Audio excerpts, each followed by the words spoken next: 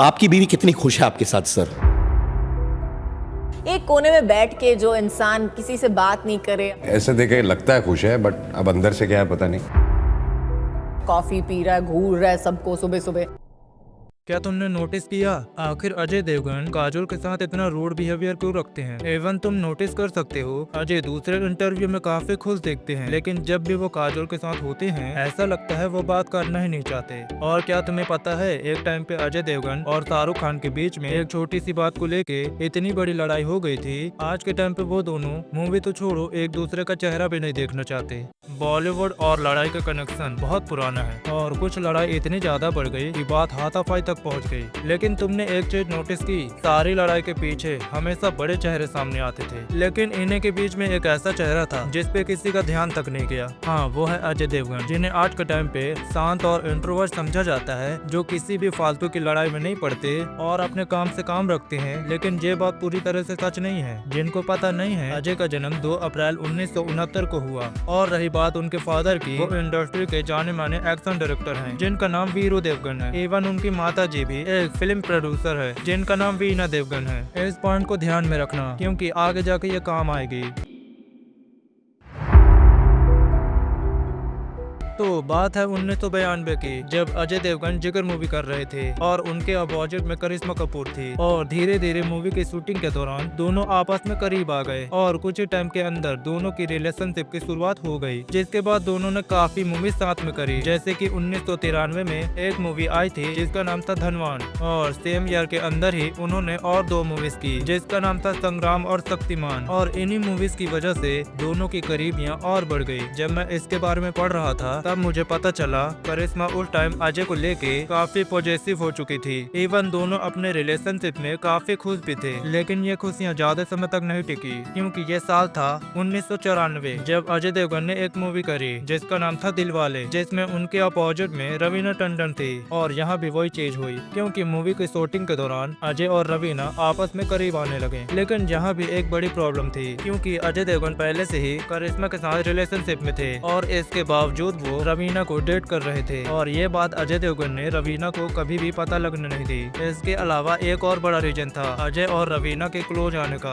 और वो था दोनों का फिल्मी बैकग्राउंड। तो पार्टी और फंक्शन में दोनों की मुलाकात होती रहती थी। इस बीच एक और मेन पॉइंट आता है, रवीना की जो बेस्ट फ्रेंड थी वो और कोई नहीं बल्कि अजय देवगन की बहन थी। तो सब चीज सही से जा रहा था अजय के लिए, क्योंकि अजय देवगन 2 टाइमिंग कर रहे थे रवीना और करिश्मा के साथ। लेकिन एक बड़ी प्रॉब्लम हो गई, क्योंकि ये सारी बात रवीना को पता चल गई, जिस पे अजय देवगन को माफी मांगनी चाहिए थी रवीना से, लेकिन उन्होंने इसका ठीक उल्टा किया। उन्होंने सीधा रवीना से ब्रेकअप कर लिया। लेकिन तब तक रवीना अजय से काफी अटैच हो चुकी थी और वो इस ब्रेकअप को सह नहीं पाई। फिर उन्होंने खुद को कई बार नुकसान पहुंचाने की कोशिश भी की, और ये सारी चीजों को रवीना ने एक इंटरव्यू में भी बताया, जहाँ पे उन्होंने माना वो आज भी अजय से प्यार करती हैं। एवं उन्होंने अपनी और अजय के साथ की फोटो भी दिखाई, जो कि अजय देवगन को जरा भी पसंद नहीं आई, क्योंकि जहाँ पे अजय रवीना के साथ ब्रेकअप करके सब चीज का अंत कर चुके थे, वहीं पे रवीना दोनों की पर्सनल बातों को सबके सामने बता रही थी। जिसके बाद अजय ने रवीना से बदला लेना शुरू कर दिया, वो भी रवीना के ऊपर मेंटली प्रेशर डाल के। जैसे उन्होंने अपने स्ट्रॉन्ग कनेक्शन की वजह से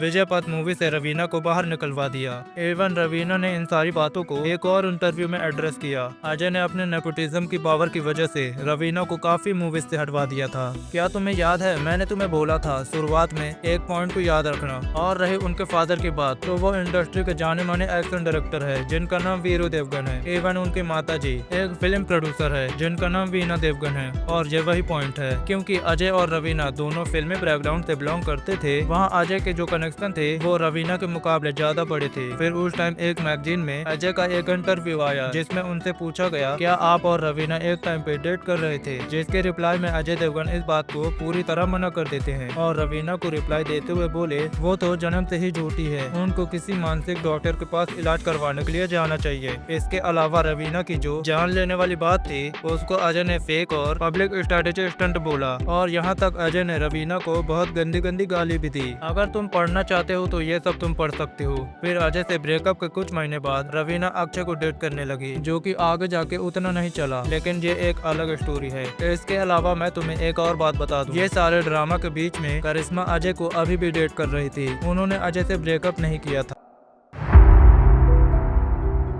तो यहाँ से शुरू होता है काजोल का चैप्टर। तो ये साल था 1995 जब अजय पहली बार काजोल से मिलते हैं और इस मोमेंट को काजोल ने एक इंटरव्यू में भी शेयर किया, जहाँ पे उन्होंने बताया जब वो अजय से पहली बार मिली तो वो उन्हें बिल्कुल पसंद नहीं आए, क्योंकि वो इंट्रोवर्ट थे, वो किसी से बात भी नहीं करते थे और अकेले रहते थे। लेकिन फिर आगे जाके दोनों अच्छे दोस्त बन गए। अगर उस टाइम दोनों की लव लाइफ की बात करें तो उस टाइम अजय करिश्मा कपूर को डेट कर रहे थे और वहीं पे काजोल कार्तिक मेहरा को डेट कर रही थी। लेकिन फिर भी इन सब के बावजूद दोनों धीरे धीरे अच्छे दोस्त बन जाते हैं, जिसका मेन रीजन था दोनों के बीच का रिलेशनशिप, क्योंकि काजोल उस टाइम कार्तिक मेहरा को डेट कर रही थी और वो अपने रिलेशनशिप के सारे प्रॉब्लम अजय से पूछती थी। और इसको जस्टिफाई करने के लिए काजोल ने बोला उन्हें भी नहीं पता चला वो दोनों आपस में रिलेशनशिप में कब आ गए, क्योंकि अजय करिश्मा को डेट कर रहे थे और काजोल के साथ भी थे, और वहीं काजोल अजय के साथ थी लेकिन कार्तिक मेहरा को डेट कर रही थी। लेकिन ये सारी खुशियां लंबे समय तक नहीं चलने वाली थी, क्योंकि ये सारी खबर की भनक करिश्मा कपूर को चल गई। तब उन्होंने फाइनली 1995 में अजय से ब्रेकअप कर लिया, जो कि कहीं न कहीं अजय के लिए अच्छा साबित हुआ, क्योंकि इसके बाद अजय की लाइफ में कोई और कांटा नहीं बचा था। फिर उन्होंने 1999 में काजोल से शादी कर ली।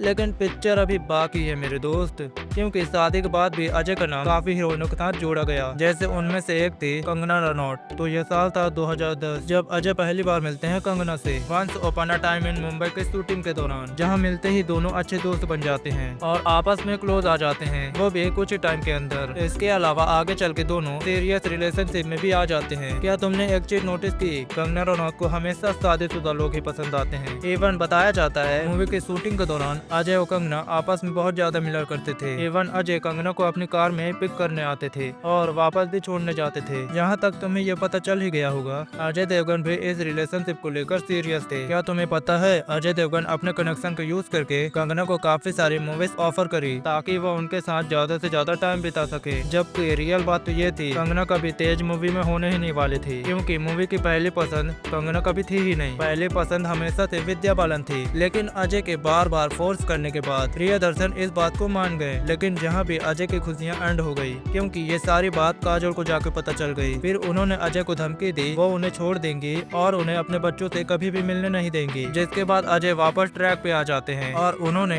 अपने कंगना से सारे रिलेशन तोड़ दिए और उनसे ब्रेकअप कर लिया। इवन कंगना ने स्टारस मैगजीन में एक इंटरव्यू भी दिया, जिसमें उन्होंने बताया dating a married man is the next. कहीं न कहीं इसे एक रीजन माना जा सकता है अजय और काजोल किसी भी इंटरव्यू में खुल के बात क्यों नहीं करते। तो अब बात करते हैं ऐसी दुश्मनी की जो कि शुरू हुई थी एक छोटी सी बात से, लेकिन आज के टाइम पे वो इतनी बढ़ चुकी है कि वो दोनों एक दूसरे का चेहरा तक नहीं देखना चाहते। मैं बात कर रहा हूँ काजोल, शाहरुख खान और अजय देवगन के रिश्ते की, क्योंकि तुमने भी नोटिस किया होगा जहाँ पे काजोल शाहरुख खान के साथ जितनी खुश नजर आती है उतना तो वो अजय के साथ भी नहीं आती, और जहाँ पे काजोल और शाहरुख की अच्छी बॉन्डिंग है वहीं अजय देवगन शाहरुख खान से बात क्यों नहीं करते। तो ये कहानी को समझने के लिए हमें थोड़ा सा पीछे जाना पड़ेगा। तो ये साल था 1995 जब राकेश रोशन करण अर्जुन बना रहे थे, और उस टाइम राकेश रोशन अपनी मूवी के लीड रोल के लिए एक्टर्स खोज रहे थे। इवन कई रिपोर्ट की माने तो ये मूवी पहले अजय देवगन और शाहरुख खान करने वाले थे, लेकिन आगे जाके दोनों के बीच में झगड़ा हो गया, जिसकी वजह से प्रॉब्लम क्रिएट हो गई। और वो झगड़ा ये था कि